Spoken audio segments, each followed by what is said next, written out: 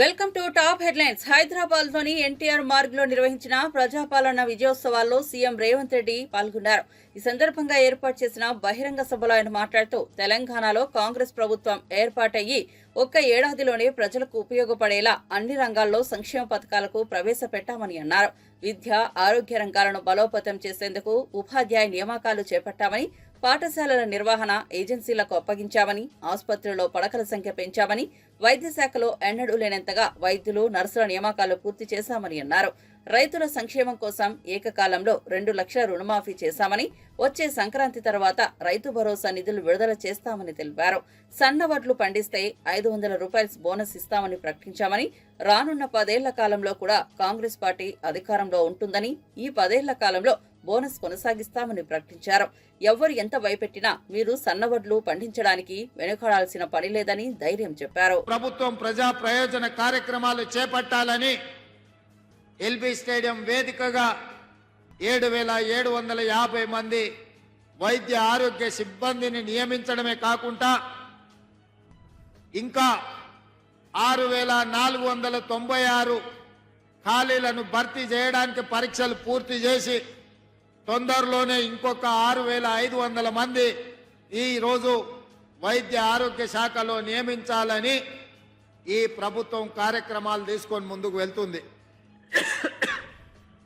ఈరోజు నియామకమైన డాక్టర్లు కావచ్చు, గతంలో నియామకమైన పారామెడికల్ సిబ్బంది కావచ్చు, రేపు భవిష్యత్తులో నియామకం కాబోతున్న వైద్య ఆరోగ్య శాఖ సిబ్బంది కావచ్చు, దాదాపుగా ఒక సంవత్సరంలో వైద్య ఆరోగ్య శాఖలో 14,000 మంది నియామకం స్వతంత్రం వచ్చిన నాటి నుంచి ఈ రోజు వరకు జరగలేదు అని చెప్పి నేను అధికారికంగా చెప్పదలుచుకున్నా. సంవత్సరం తిరిగే లోపల 14,000 నియామకాలు జరిగిన చరిత్ర ఏ రోజు కూడా లేదు. ఈ రోజు ఇంత అద్భుతంగా ఈ శాఖలో నిర్ణయాలు తీసుకున్నామంటే మీ శాఖ మంత్రివర్యులు పెద్దలు దామోదర్ రాజనరసింహ గారు నేను చెప్పినట్టుగా బై ఎడ్యుకేషన్ వారి ఇంజనీరు, బై నేచర్ వారి డాక్టర్ కాబట్టి మీ సమస్యల్ని అవగాహన చేసుకుని నా దగ్గరకు వచ్చి ముఖ్యమంత్రిగా మీరు నిర్ణయాలు చేయాల్సిందే, నాకు సంతకాలు పెట్టాల్సిందే. వైద్య ఆరోగ్య శాఖ బలోపేతమైనప్పుడే తెలంగాణ ఆరోగ్యవంతమైన తెలంగాణగా ఉంటుంది. ఈ తెలంగాణ రాష్ట్రాన్ని ఆరోగ్య తెలంగాణగా మార్చడానికి మీరు అన్ని అనుమతులు ఇవ్వాల్సిందే అని చెప్పి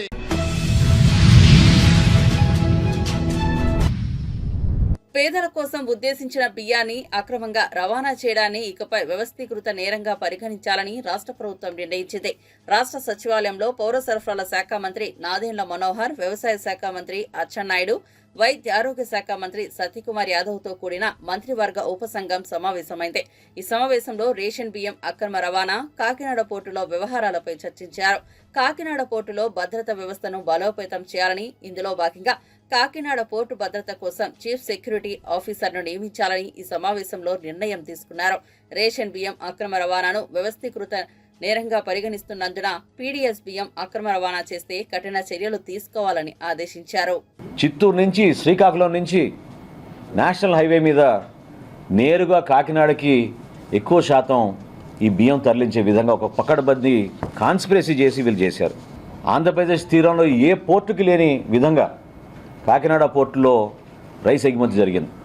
ప్రత్యేకంగా వీళ్ళు ఎప్పుడైతే మెడ మీద కత్తి పెట్టి కాకినాడ సీపోర్ట్స్ లిమిటెడ్ దగ్గర నుంచి వీళ్ళు పోర్టు లాగేసుకుని ఆరోబిందకు అప్పచెప్పారో ఆ రోజు నుంచి మీరు చూస్తే లెక్కలు ప్రతి ఒక్కరు కూడా ఆశ్చర్యం కలిగిస్తాయి. 3 ఆర్థిక సంవత్సరాల్లో, నేను 5 సంవత్సరాలు కూడా చెప్పడం లేదు, కేవలం గత 3 ఆర్థిక సంవత్సరాలు చెప్తున్నాను. గత 3 ఆర్థిక సంవత్సరాల్లో మన రాష్ట్రంలో గంగారాం పోర్టులో బియ్యం ఎగుమతి 2,20,289 మెట్రిక్ టన్నులు. కృష్ణపట్నం అధునాతమైంది, చాలా పెద్ద పోర్టు, ఇక్కడ 23,51,218. విశాఖపట్నం అన్నిటికన్నా పెద్ద పోర్టు, 38,02,000 మెట్రిక్ టన్నులు. ఇప్పుడు కాకినాడకు వస్తే లెక్కలు చెప్తే మీరే ఆశ్చర్యపోతారు. కాకినాడ పోర్టులో వీళ్ళు దుర్మార్గంగా ఈ 3 సంవత్సరాలను చేసింది 1,31,18,346 మెట్రిక్ టన్నులు. దీని విలువ ఒక్క కాకినాడదే చెప్తున్నాను. కాకినాడలో రైస్ ఎగుమతి విలువ ఈ 3 సంవత్సరాల్లో 48,537 కోట్ల రూపాయలు. అంటే ఏ స్థాయికి చేరారో చూడండి మీరు. 48,537 కోట్ల రూపాయలు వీళ్ళు అక్కడి నుంచి బియ్యం ఎగుమతి చేశారు కాకినాడ పోర్ట్ నుంచి. ఎంత పెద్ద కాన్స్పిరసీ జరిగిందంటే జగన్మోహన్ రెడ్డి గారి ప్రభుత్వంలో ఆయనే ముఖ్యమంత్రి, ఆయనకి తెలియకుండా జరగదు కదా. ఆరోబిందో రియాలిటీకి కాకినాడ సీ పోర్ట్స్ ఎందుకు 41% వాటా ట్రాన్స్ఫర్ చేసింది, ఏ సందర్భంలో చేసింది, ఏ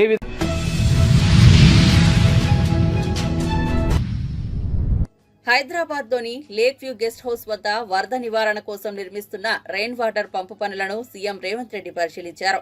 ఈ సందర్భంగా వరద నివారణపై అధికారులకు కీలక ఆదేశాలు జారీ చేశారు. రోడ్లపై వరదను మళ్లిస్తే నగరంలో ట్రాఫిక్ జామ్లను తగ్గించవచ్చని సూచించారు. వచ్చే వర్షాకాలం నాటికి అన్ని చోట్ల పనులు పూర్తి చేయాలని స్పష్టం చేశారు. రెయిన్ వాటర్ పంపుల డిజైన్ మార్చాలని అధికారులకు సూచించారు. హైదరాబాద్ వ్యాప్తంగా గుర్తించిన 141 వాటర్ లాగింగ్ పాయింట్స్ దగ్గర రెయిన్ వాటర్ పంపులను నిర్మించాలని ఆదేశాలు జారీ చేశారు. ఈ క్రమంలో మంత్రి పొన్నం ప్రభాకర్, ఖైరతాబాద్ ఎమ్మెల్యే దానం నాగేందర్, మున్సిపల్ శాఖ principal secretary Dana Kishore, GHMC commissioner Ilamparthi, CM special secretary Ajit Reddy పాల్గొన్నారు.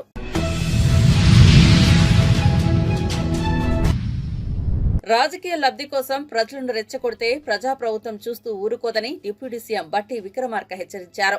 హైదరాబాద్ నెక్లెస్ రోడ్లో జరిగిన ఆరోగ్య ఉత్సవాల కార్యక్రమంలో ఆయన మాట్లాడుతూ ఇందిరమ్మ రాజ్యంలో ఏర్పడిన ప్రజాప్రభుత్వానికి విద్య, వైద్యం 2 కళ్ళు లాంటివని, అందుకే వీటిని అత్యధికంగా నిధులు కేటాయించమన్నారు. అయితే బీజేపీ, బీఆర్ఎస్లు ప్రజలను రెచ్చగొట్టి అందులోంచి కొంత సానుభూతి పొంది తద్వారా రాజకీయ లబ్ధి పొందాలని కుట్రలు చేస్తున్నారన్నారు. రాష్ట్రంలోని బడుగు, బలహీన, పేద, మధ్యతరగతి ప్రజల వైద్య అవసరాలు తీర్చడం కోసం ప్రజాప్రభుత్వం కావలసిన నిధులను విడుదల చేస్తుంటే బురద జల్లే ప్రయత్నం చేస్తోందన్నారు. 10 సంవత్సరాల అధికారంలో ఉన్న బీఆర్ఎస్ పాలకులు ప్రభుత్వ ఆసుపత్రుల్లో సౌకర్యాలను, ఆరోగ్యశ్రీ గురించి పట్టించుకోలేదన్నారు. ఈరోజు ముందుకు పోతా ఉన్నాం. హైదరాబాద్ నగరంతో పాటు వరంగల్ నగరాన్ని ఒక్కసారి ఆలోచన చేయండి. ప్రతి సందర్భంలో మీరు కాకతీయుల చరిత్ర గురించి గొప్పగా చెప్పుకొని వాళ్ళ పేరు మీద మీరు బతికారు.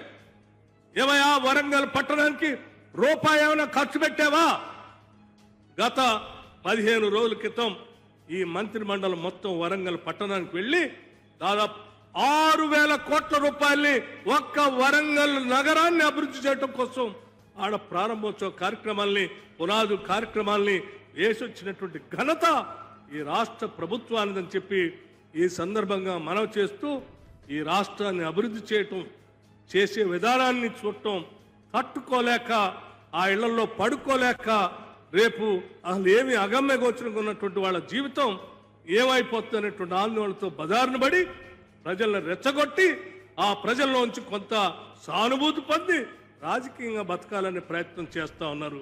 ఇది మంచిది కాదని చెప్పి చాలా స్పష్టంగా చెప్తూ, ఈ ప్రభుత్వం మీరు కానీ భారతీయ జనతా పార్టీగా అడ్డగోలుగా రోడ్డు మీదకి వచ్చి ప్రజలను రెచ్చగొట్టడం కోసం ప్రయత్నం చేస్తే ఈ ప్రభుత్వం చూస్తూ ఊరుకోవటానికి కూడా సిద్ధంగా లేదు. ప్రజల పక్షాన్ని నిలబెడతాం, పైసా పైసా పోగేస్తాం, ప్రజల కోసం ఖర్చు పెడతాం. వారి అభివృద్ధి కోసమే ఈ రాష్ట్ర ప్రభుత్వం అడుగులు ముందుకేసి పోతుందని కూడా ఈ సందర్భంగా మనవి చేస్తూ, వైద్యాన్ని, విద్యని ఈ రాష్ట్ర ప్రభుత్వానికి 2 కళ్ళు లాంటి వాటి కోసం అత్యధిక నిధులు కేటాయిస్తామని కూడా ఈ సందర్భంగా మీ అందరికీ మనవి చేస్తూ, Bharatiya Janata party, TRS party రెండింటినీ కూడా ఈ రాష్ట్రానికి దూరంగా ఉంచితేనే ఈ రాష్ట్ర భవిష్యత్తు కూడా బాగుపడుతుందని చెప్పి మీ అందరికీ నేను సవినయంగా మనవి చేస్తూ సెలవు తీసుకుంటున్నాను. జై హింద్. ధన్యవాదాలు sir. Active participation of people డెమోక్రసీకి ప్రాణం కదా. ఓ ప్రశ్న అడుగుతా, సమాధానం.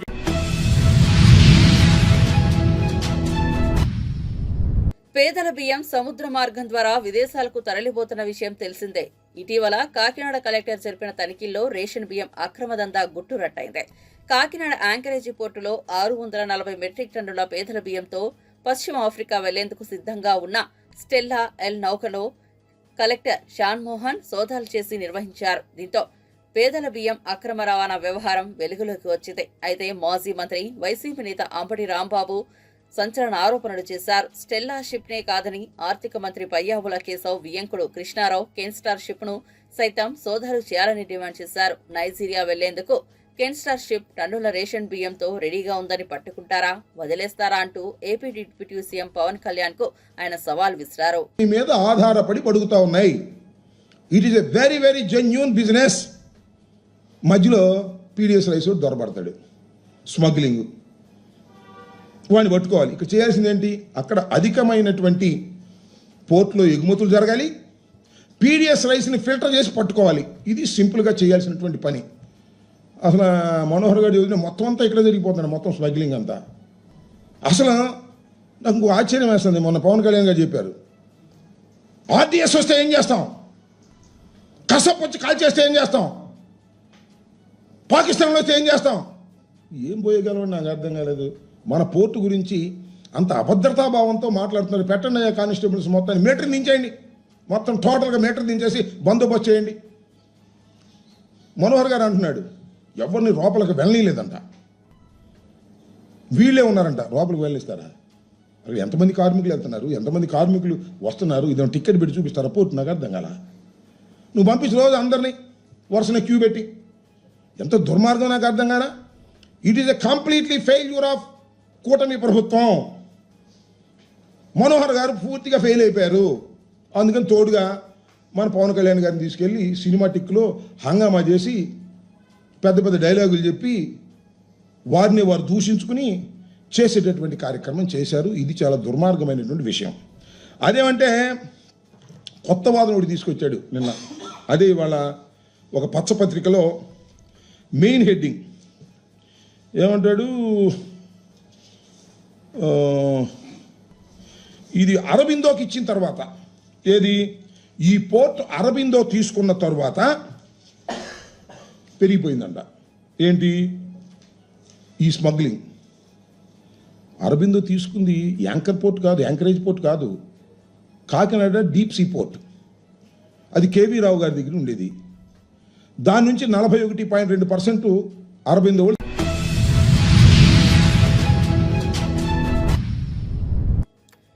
ప్రైవేట్ ఆసుపత్రులు ప్రజలను దోచుకుంటే సహించేది లేదని హెల్త్ మినిస్టర్ దామోదర రాజనరసింహ హెచ్చరించారు. ఆయన ఆరోగ్య ఉత్సవ సభతో పాటు సెక్రటేరియట్లో ఏర్పాటు చేసిన మీడియా సమావేశంలో వైద్య ఆరోగ్య శాఖ అంశాలపై మాట్లాడారు. కేంద్ర ప్రభుత్వం చట్టాల ప్రకారం ప్రైవేట్ ఆసుపత్రిలో వైద్యం అందించాలన్నారు. చట్ట ప్రకారం అన్ని పర్మిషన్లు తప్పనిసరి అన్నారు. అధిక బిల్లులతో పేదలకు సతాయిస్తే ప్రజాప్రభుత్వం ఊరుకోదని సూచించారు. పేదలకు వైద్యం అందించడం ప్రభుత్వ బాధ్యత అన్నారు. కాంగ్రెస్ ప్రభుత్వం పేదల వర్గాల పక్షంలోనే నిలుస్తోందన్నారు.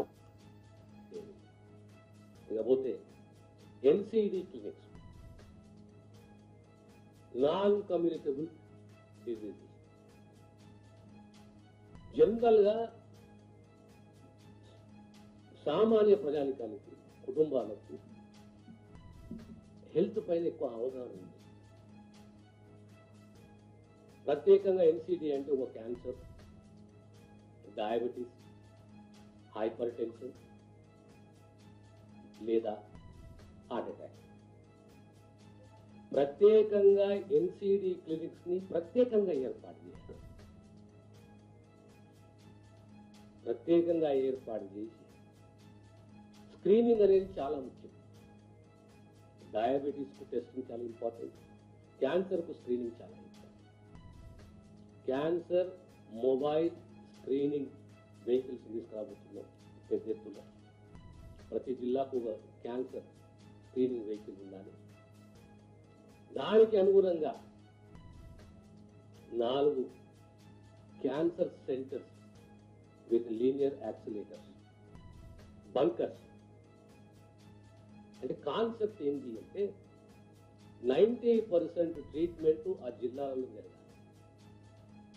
సూపర్ స్పెషాలిటీ అవసరం ఉంటే నగరానికి రావాలి, లేదా 90% ట్రీట్మెంట్ జిల్లాలో జరగాలని ఒక ఆలోచన.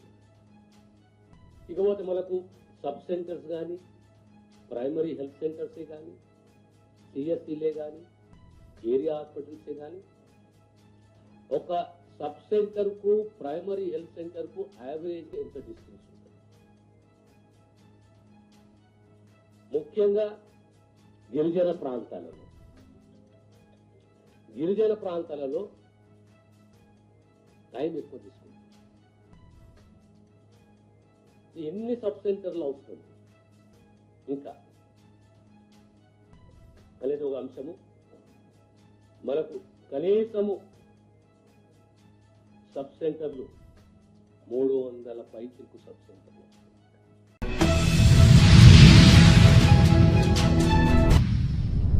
బీజేపీ తన ఉనికి కాపాడుకోవడానికి మాత్రమే కాంగ్రెస్ ప్రభుత్వంపై ఛార్జిషీట్ రిలీజ్ చేసిందన్నారు. బీజేపీ సెంట్రల్ స్టేట్ నాయకులకు సరైన అవగాహన లేదన్నారు. సమన్వయ లోపంతో తమ ప్రభుత్వంపై విమర్శలు చేస్తున్నారని మండిపడ్డారు.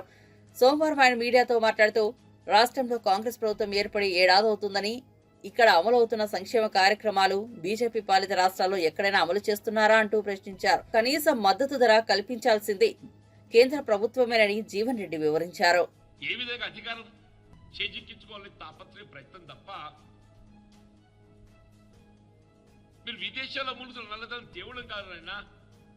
అది రెట్టింపు అయిపోయింది, పెరిగిపోయింది. పేదవాడి అకౌంట్లో 15 లక్షల రూపాయలు కాదు, 15 రూపాయలు కూడా వేయలేదు.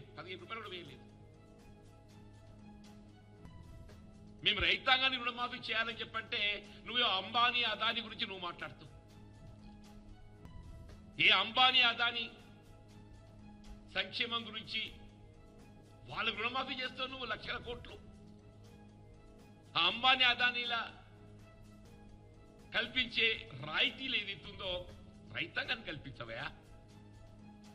ఈ దేశానికి పట్టెడు అన్నం పెట్టేవాడు రైతు అని చెప్పంటున్నా. ఆ రైతు గురించి ఆలోచించు అని చెప్పంటున్నా.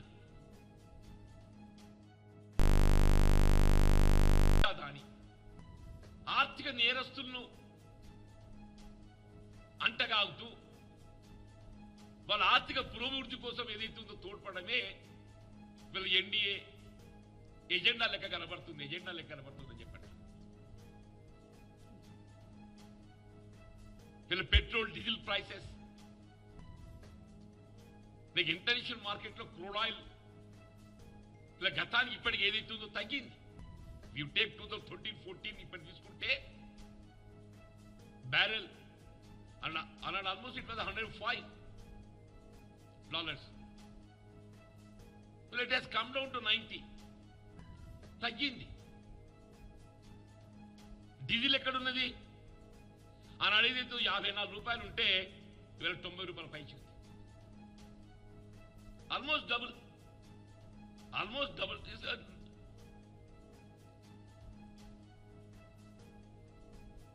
పెట్రోల్ ఆనాడు 70 రూపాయలు ఉంటే ఇలా 100 రూపాయలు అయింది. వీళ్ళు నిత్యావసర వస్తువుల ధరలు ఏదైతుందో ఆకాశాన్ని అంటుతున్నాయి. నిత్యావసర వస్తువుల ధరలు ఆకాశాన్ని అంటుతున్నాయి. దానిపై దృష్టి పెట్టకుండా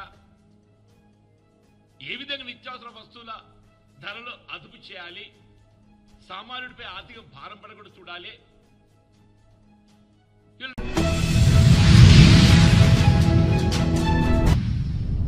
దేశంలో ఎక్కడా లేని విధంగా రాష్ట్రంలో కేసీఆర్ దళిత బంధు పథకం తెచ్చారని బీఆర్ఎస్ ఎమ్మెల్యే పాడి కౌశిక్ రెడ్డి అన్నారు.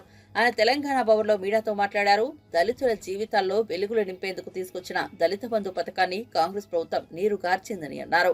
అధికారంలోకి వచ్చి ఏడాది పాలన పూర్తవుతున్నా దళిత బంధు లబ్ధిదారులకు డబ్బు చేరలేదని అన్నారు.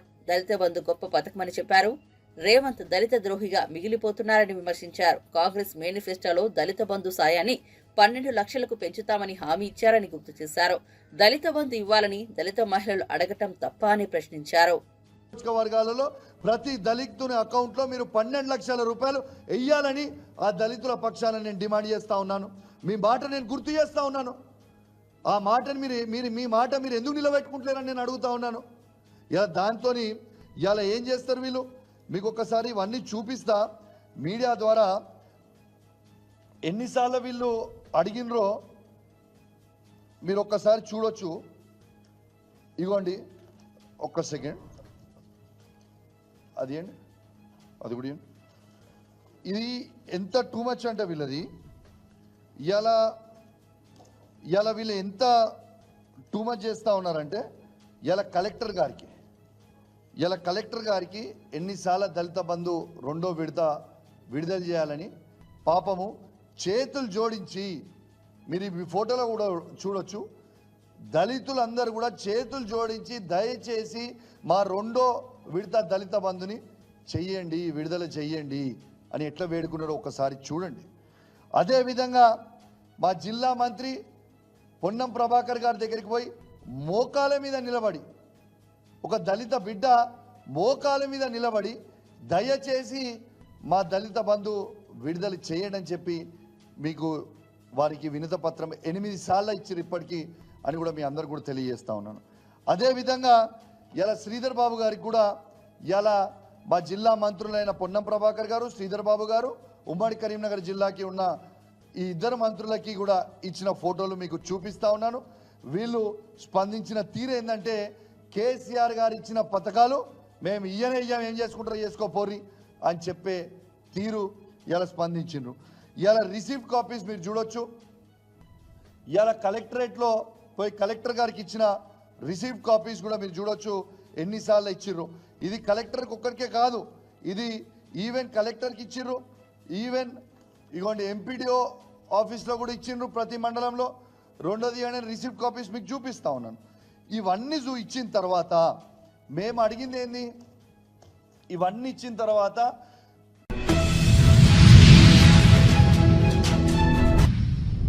డాక్టర్ బిఆర్ అంబేద్కర్ సామాజిక న్యాయ పోరాట స్ఫూర్తిని ఈ దేశంలో ముందుకు నడిపించేది మాదిగలేనని ఎంఆర్పీఎస్ చీఫ్ మందకృష్ణ మాదిగ అన్నారు. మాలల సింహగర్జన కార్యక్రమంపై మందకృష్ణ మాదిగ ఫైర్ అయ్యారు. ఈ మేరకు సోమాజిగూడ ప్రెస్ క్లబ్ లో ఆయన మీడియాతో మాట్లాడారు.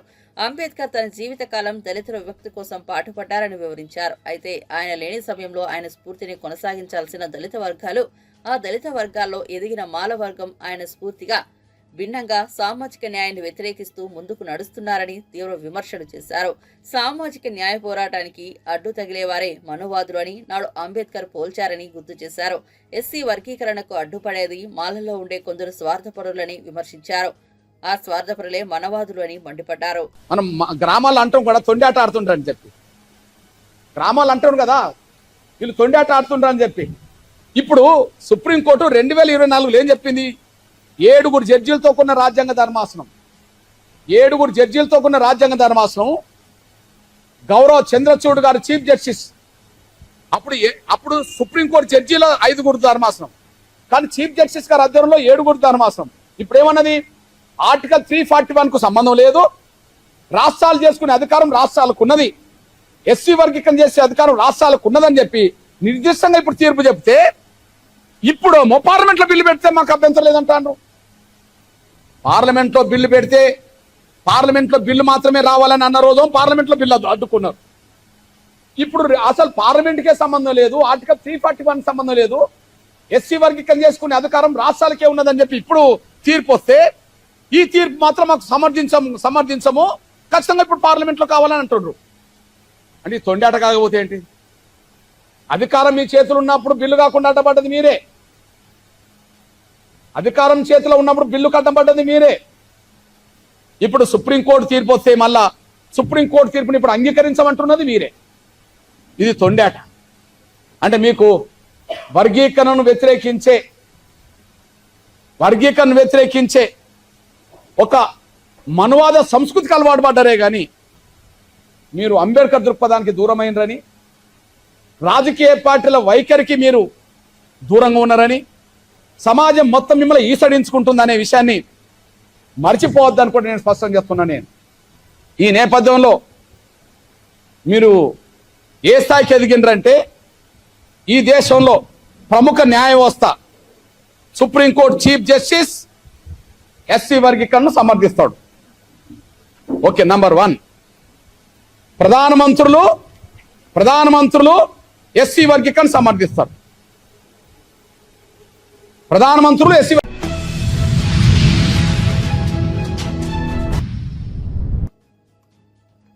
హైదరాబాద్ లోనే ఉన్నాను, లైవ్ ఇంటర్వ్యూలు ఇస్తున్నానని ప్రముఖ సినీ దర్శకుడు రామ్ గోపాల్ వర్మ అన్నారు. ఏపీలో తనపై నమోదైన వివిధ కేసులు, తన గురించి పోలీసులు వచ్చారనే అంశంపై ఆయన మీడియాతో మాట్లాడారు. తనను అరెస్ట్ చేస్తే కనుక జైలుకు వెళ్తానని, అక్కడ ఖైదీలతో స్నేహం చేసి 4 మంచి కథలు రాసుకుంటానని తెలిపారు.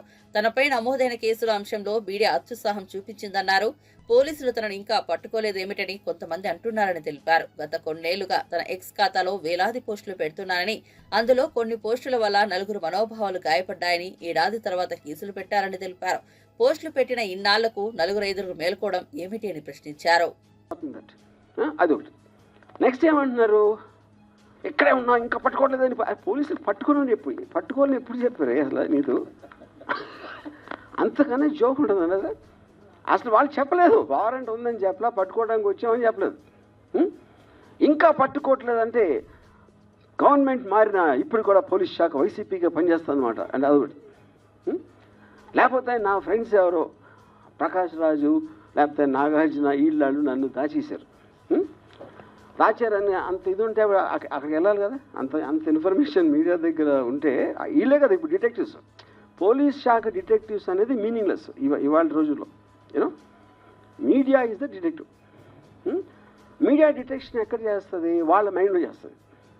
దానికి ఎవిడెన్స్ కానీ దానికి ఒక సపోర్ట్ బేసిస్ అనేది ఉండదు. కానీ నా ఫీలింగ్ ఏంటంటే, ఇంత చేసినా ఇప్పుడు సోషల్ మీడియాలో ఇప్పుడు ఒక లాలో ఒక ఆస్పెక్ట్ ఉంది. 4 E's అంటారు దాన్ని.